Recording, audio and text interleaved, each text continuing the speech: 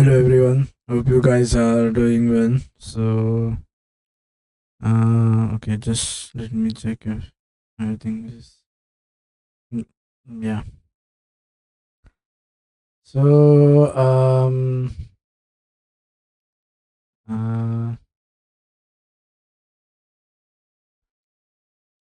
okay. So now we would be talking about what node models are and what is the advantage. I mean, what is the use of having these node modules being present?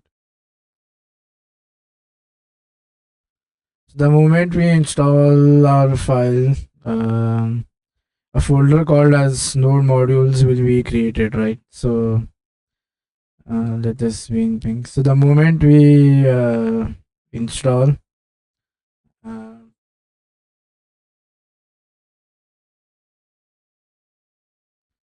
the moment we install a file, uh, node modules folder will be created. Now let's understand what is the use of uh, this feature, or why do we need node modules to be present there, right? I mean, what's the importance of it being there? Okay, so now, firstly, let's understand. It has two parts, right? To it, one is node and other is modules, right? So in the module in basically Node.js comes from modular programming, right? So modular programming means you divide or you separate the functionality of a program into different independent components called as modules, and then you kind of import or export that module whenever you need, right? So by doing this, what we are achieving is firstly, uh, not everything is into one JS file, right? We have different JS files. So if there is any changes need to be made to a specific part, you need not view the whole code, right? You can just go there and make the changes there. The other part is reusable, right? This makes it makes the module reusable, right? For example, Express can be used in so by having the code in a modular fashion, um, you can install it in different projects, and also separation, right? Modules will allow us to break down a larger program into smaller manageable pieces, right? So if there is any issue with a certain part, you do not change the code for the whole module, for the whole file, right? You just need to extract that module, and then or you need to just visit that module and make the necessary changes there. So we said node modules has two parts. So first is basically module is basically having our code written in different JS files, making it more usable. This is writing code in different JS files. So the advantage of doing this, our code is modular. I mean, our code is become very concise now. Uh, by what I mean to say by concise is, you do not uh, like every module will have only one part, right? Uh, will have one specific function being written there. So if you want to change that functionality or add in some other features into that, you just need to visit that module, and it becomes easy. So the first part, that out of the two words, no modules, we searched what we understood what modules is, right? Basically having different like instead of having one whole package, one big JavaScript file, you kind of have uh, different files representing different usage or different modules that are needed to run the entire package. Okay. So now let's see what does it contain. So the first advantage is having that node modules. Now, the first point we should understand is the moment we install any package, or the moment we install dependencies, now this node module folder is automatically created, right? It will contain all the packages. So node modules. The moment we install our dependencies, um, the uh, the moment we install our dependencies, the module also gets installed. So no need to worry about that. The module folder is created. This is done automatically, right? There is no need for us to wait. Now, so once you have this, so what you do is, so whatever you want, so this will contain a list of files, right? For example, so it will have a list of files. Now that can be, oh, it should be arrow, I guess. It's backspace.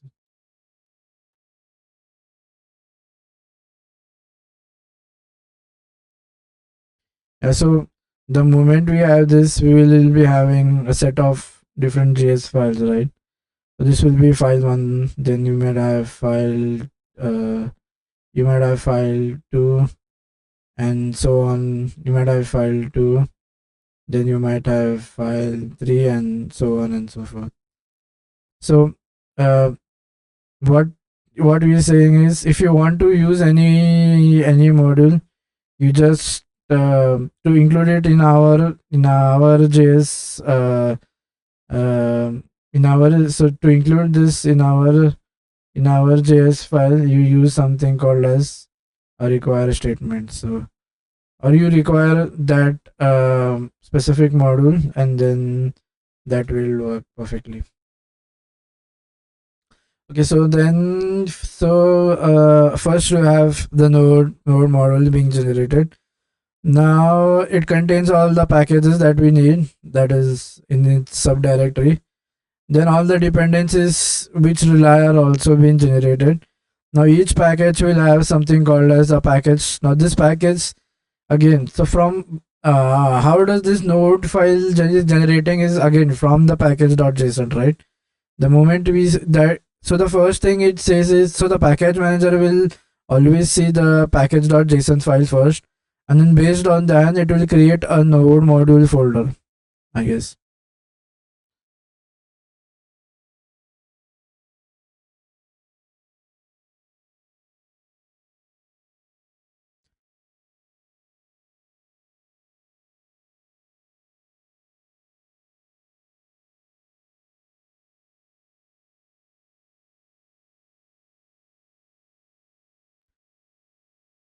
So based on that, I guess it should be, because everything is mentioned in that package.json, right? For example, the dependencies and other features that we need, that is all being present there. So yeah, so the package manager is and then so how does this node, how is the node model is being, so remember we said that all the information about whatever files we need will be present in the dependency file, right? That is package.json. So what the package manager will do is, it yeah, when we, so let's have an intro. So what does the package manager do? So it searches for that package in the repository. Now it does not directly install that package. What it does is, it goes to the package.json of this registry, I mean of the package present on in the registry, and then from there it branches, it generates the node module file. So it is kind of intertwined if you see how the file is being generated. This is bad. So this is my npm package manager over here, and let's have a different one. Now this is my registry, right? So here is when I search the registry. So this is the searching the registry, and then now then in that registry of that specific package, I go to the see, it is named as package.json, right? Similarly, generally data is what is stored in JSON file. So package.json is kind of giving an indication that about the package, the information is being stored. Now once I have this package.json, from there I'll go and I'll generate my node modules from here. This is when I start and I'll generate node modules.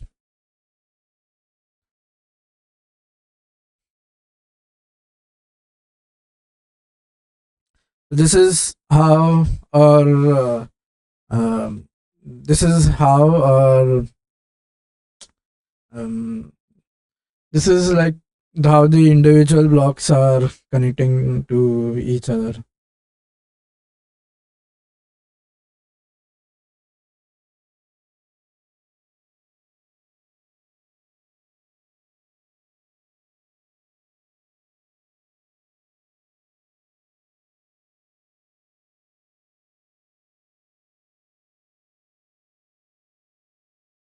Okay.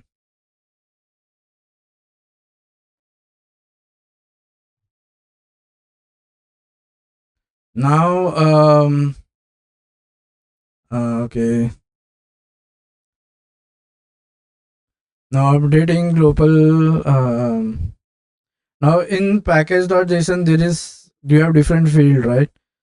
So there is a way you mention those packages.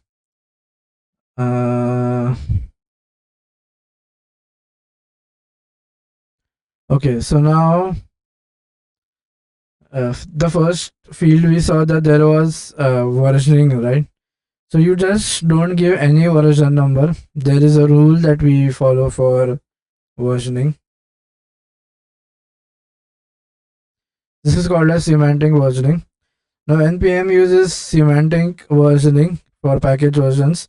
The version number is in the format, so there is a format of mentioning the version numbers of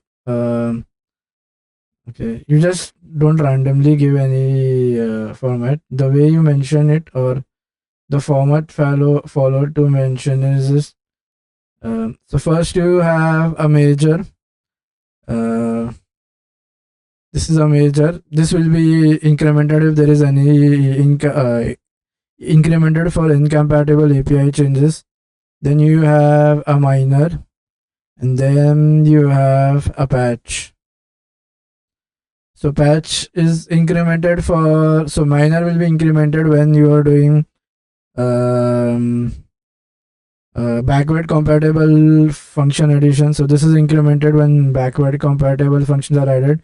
This is for incompatible API, and patch is if there is any bug fixing that we need to do. So now in your package we can specify constraints, right? For example, before the version number we can maybe we can mention certain special characters that will limit or that can further restrict the use case, right? So before this what do you say, before the major minor patch, you kind of no yeah, you can mention certain important key sequences that will so while installing the dependencies that will be taken care. One is you have the cap that is allowing update. So what if I have mention one cap 1.2.3. So the first is taken into consideration. So any updates that are to the version 1.x.x can be installed here. So you can do 1.x.x installation. Now then you have a tilde or a tilde sign in front. So now here we are only considering the first one, that is the major, right? Now here we are going to consider the minor as well. So it should be 1 point. The second space is the minor, right?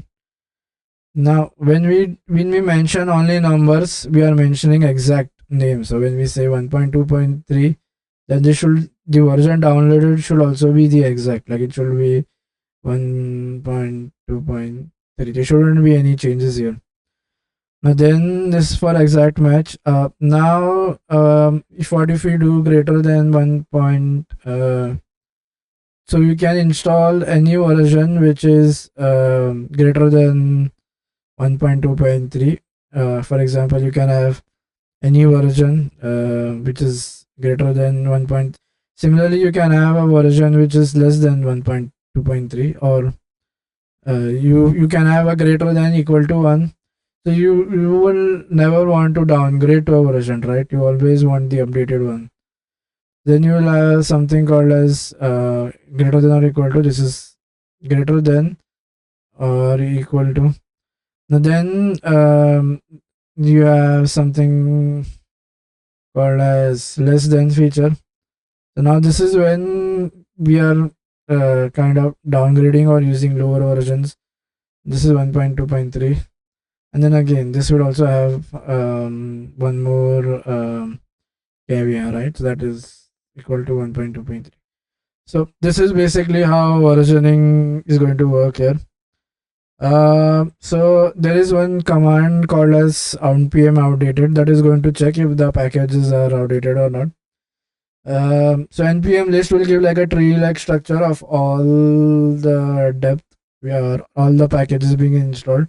Why it is that? Because you will be requiring different modules, right? So it will be in a depth-like structure. Now limiting depth. Okay, to weekend depth of the tree, you limit it using till how down you want to see.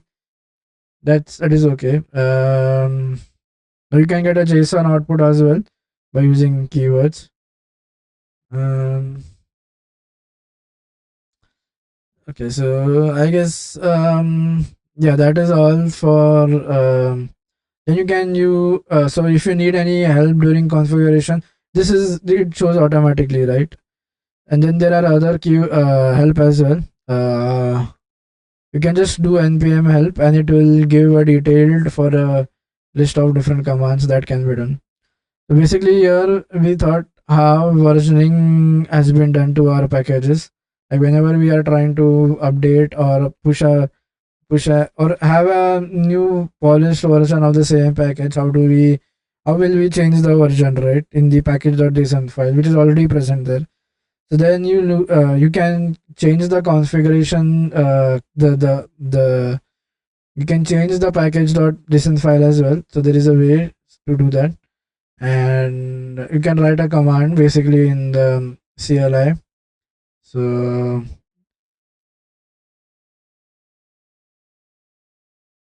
yeah, you can update it using the command.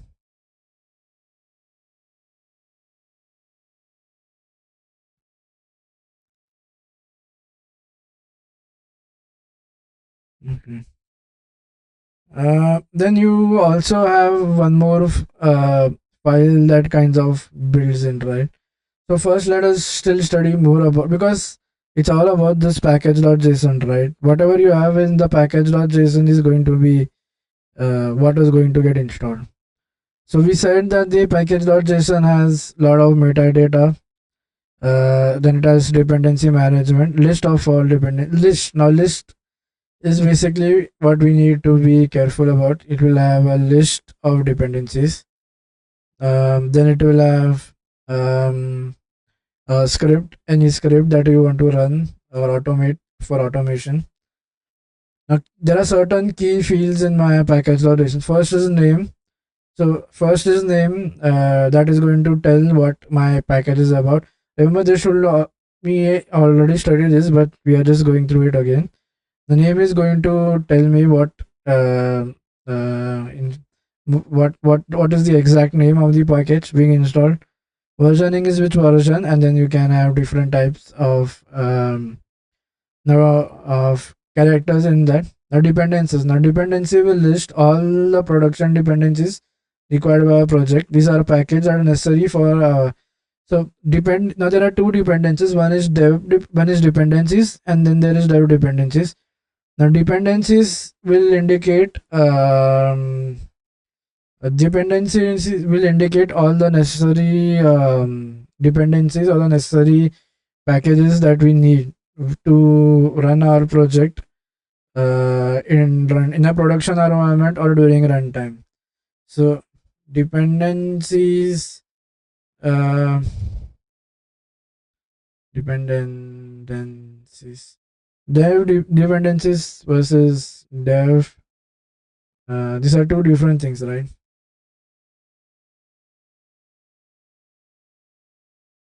So dev dependencies, oh sorry, dependencies. This is basically going to mention what all packages we need, or what all packages we need to run or to uh, what all production related dependencies are required in the project. So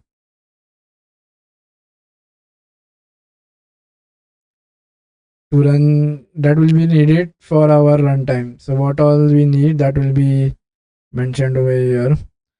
Now the next thing that we have is development dependencies. Now these are only needed for development and testing purposes. Now these are not installed when someone installs a package as a dependent. So these will be not needed or not. Now these are only for testing purposes, or you can say only for testing purpose. Nothing significant here, and these dependencies are not installed when anyone installs our package. This is not installed uh, when a package is in. These are not installed when we have our package being installed by someone else from the repository. Now there are three common types of these dependencies. First is you have testing frameworks, then you have linters, formatters, then you have build tools. For example, you need Webpack, or then you have TypeScript. So TypeScript comes in dev dependencies. Now peer dependencies. Now peer dependencies is to specify dependencies that our package needs, but expects the parent project to provide this. So there is one more type of dependencies. One is peer dependency. Now this dependency will be present in the parent. So you can say peer. Peer is your friend or something. So basically, we say that these dependencies will be taken care by the parent. We do not. This should be present in the parent, and we need not worry about them. So if you say peer, so this has to be taken care by the parent itself. So you can write here, these have to be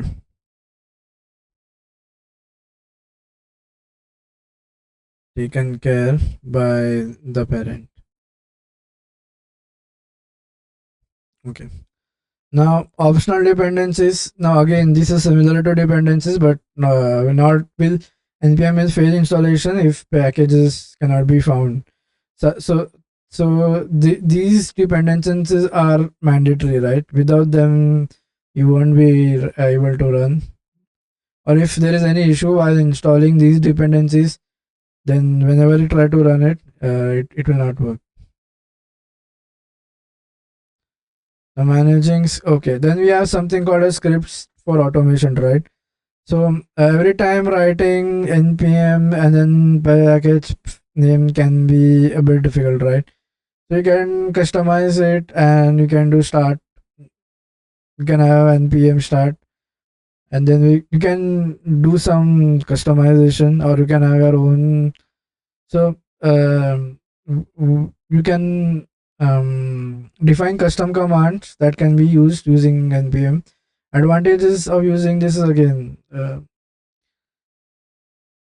npm, if I write npm node server.js, it does not make sense, right? So when we say npm start, it says, oh, the server is going to start. So that is the advantage of having. So these are script names are special and they can be run without the run. You can directly have npm start or npm again. Now advanced script techniques. Now you can chain commands using the and operator. For example, build can perform two, or it can run sequentially, so that it can watch CSS and it can do. So there are two ways of chaining commands. One is basically run sequentially and one is run parallelly. So you can change scripts. Is what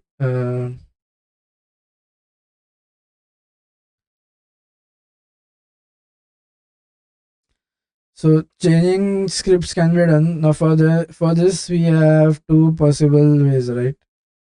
Uh, is the oh yeah, we have two possible things to do this. Oh, what happened to my arrow? This is, I don't know. This is how some development thing.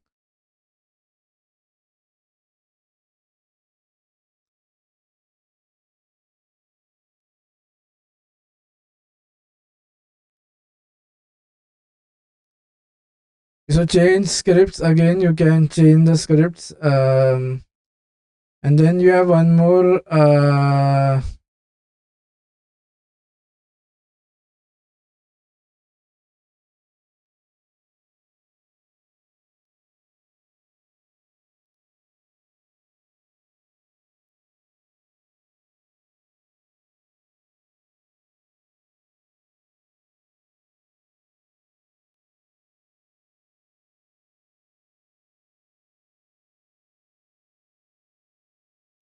I don't know why the arrow is not. Maybe this is some feature of TL draw which I don't know. Oh, let's get rid of this. Let's have this duplicate and then we'll rotate that.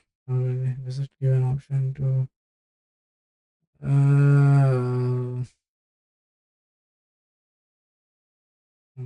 Yeah. Okay, yeah. So changing scripts, you can do it two ways. One is using and or double and. Now this is a logical and, right? Both this will do a sequential run, and when you have a single and you will do parallel, or you will run it in parallel, right? Now using an environment variables. Now you can set environment variables for scripts. For example, start dev. You can have certain mode and we develop. Now these are environment. This is a related node, right? So okay. But then pre and post looks, npm automatically looks for pre and post scripts. For example, I don't know. Uh, so versioning was and then we have script, and we can have our own script for us to automate a little bit more. Um, okay, so now let's work on, or let's try to understand now. Uh, so we haven't installed any package yet, right? Um, so let's have an installer first package. Oh, we did install React, right? So we can get rid of this. Just move to trash. So what we can do is we can first clear the console and then we can try Um, let's try installing Express. So now, oh, see what now? So many things has come up. So let's go here. Oh, so this is so we have so many modules which are present. We have so many of them. This is so much, right? This is the actual extra code which we are using. So whenever so these will be exported and then some file you are going to import, right? So you have this buffer and whatnot. See, you have so many things. So you have this is something again. This is something proxy.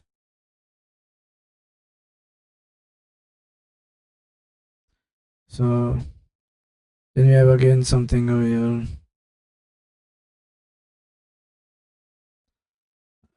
Then if you go parse URL again, you have something written. So you see, so many things have been written, right? The express package is somewhere here. Where is it express? I guess it was. Wait, let me. Yeah, you need to have the errors, right? So it has all the type of. Uh, what error should come, how the server should respond. That all is being mentioned over here. So we did not need to worry. We have something called as express where we haven't studied this call bind and apply, right? This is related to uh, our arrow functions. So there's an issue with that, right? We need to take care of the um, uh, did we do any changes over here? Because here I guess we have done something. So hence it is no. There is some problem. See, we did something. File this config is not found. Let's. Why is that? So TS expect. Okay, that is not something that we want. Okay.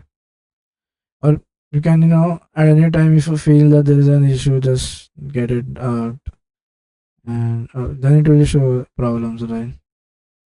So don't worry. You come to our terminal and we install Express again. Oh, is it still showing something? So yeah. So why is it TS? I'll forget that right now. There is something where I saw it was written Express. I don't know now. ABCD. These are all named. Oh yeah, this is where. Okay, so now here is when you come to the so readme. So installation, how to create our server, localhost. So this is all the document, right? And if you see in this index.js, so you are exporting so many things. So this is all the versions history that we have. If you go to this package.json, it will indicate what, and who are the collaborators. Also, their email ID also has been given. For example, you have different people being present here. Okay, and then yeah, so that is all uh, for I guess. And there is much more to them. You can automate scripts as well, but I don't think so. That is of any use. Um,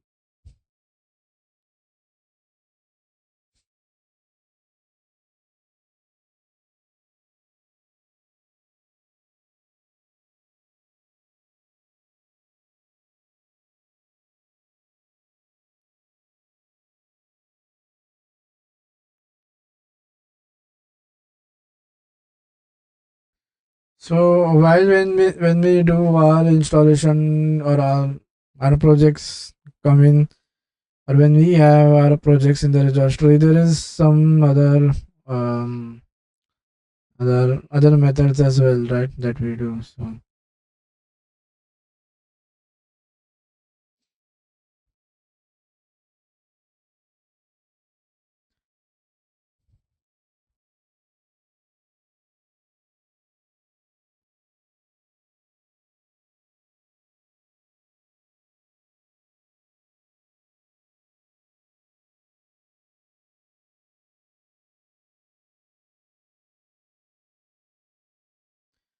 Yeah, I guess this is more than sufficient for us to inform or to work about on uh, npm, and we will now go back again to node and um, continue with our uh, basically this is something ts issue, right? I don't know why. Okay, so did it change the manager to? Oh yeah, I just changed it yesterday, right? So, yeah, that's all for this lecture. We'll see you guys in the. I'll see you guys in the next one with Node. Till that time, take care. Bye bye.